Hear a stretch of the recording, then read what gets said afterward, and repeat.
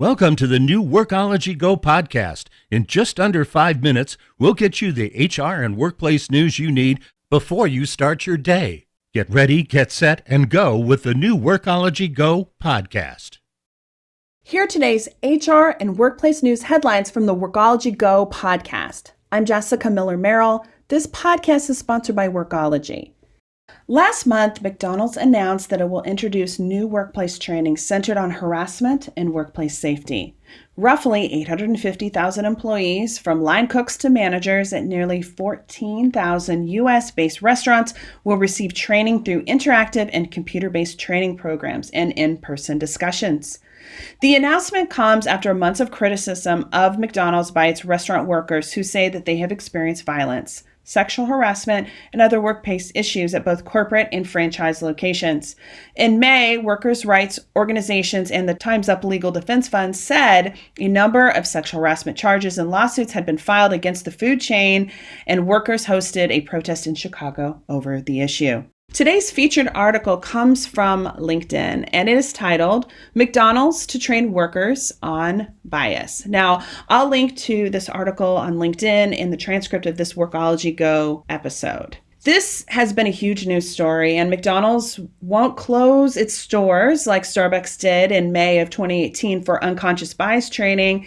It is mandating for both locations owned by corporate HQ in Chicago and strongly recommended for the franchise owners who can choose to participate or not. While a public relations nightmare for most companies, complaints like those that McDonald's has received or the incident in Philadelphia last year that led to Starbucks to close stores for a day-long training can have lasting negative effects on the employer brand as well as the customer brand.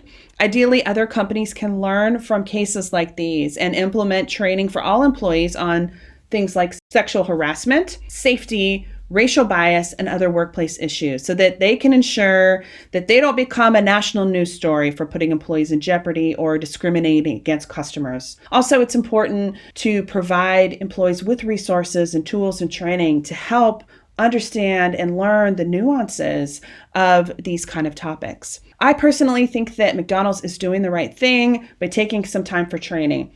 I would love more in-person discussion and training versus computer-generated conversations. I think that sends more of a right message. But overall, I love that McDonald's is doing this. And it sends that great message that we value employees, we value our customers, and we want safe businesses and workplaces. Like you, I am increasingly unsettled by violence and the shootings that are happening. And as HR leaders, we need to work with our employees to educate them and provide them with training on resources to how to handle these type of situations so that they can help de-escalate them or notify the correct authorities, like the when and where and how of these kinds of things. What happens when someone brings a gun to the office or a customer comes in with their AK-47? I've included some resources for you in the transcript of this Workology Go podcast episode. I don't have all the answers, but I do think that we can have discussions like these and we can come together and certainly talk about what best practices and advice and how we can go forward. That is with HR professionals and our peers, as well as our executive and organizational leadership. Workology now offers SHRM certification prep classes on your schedule with over 36 hours of online training, a private Facebook group, and instruction using the SHRM learning system. We give you the resources you need. Visit workology.com/products to learn more.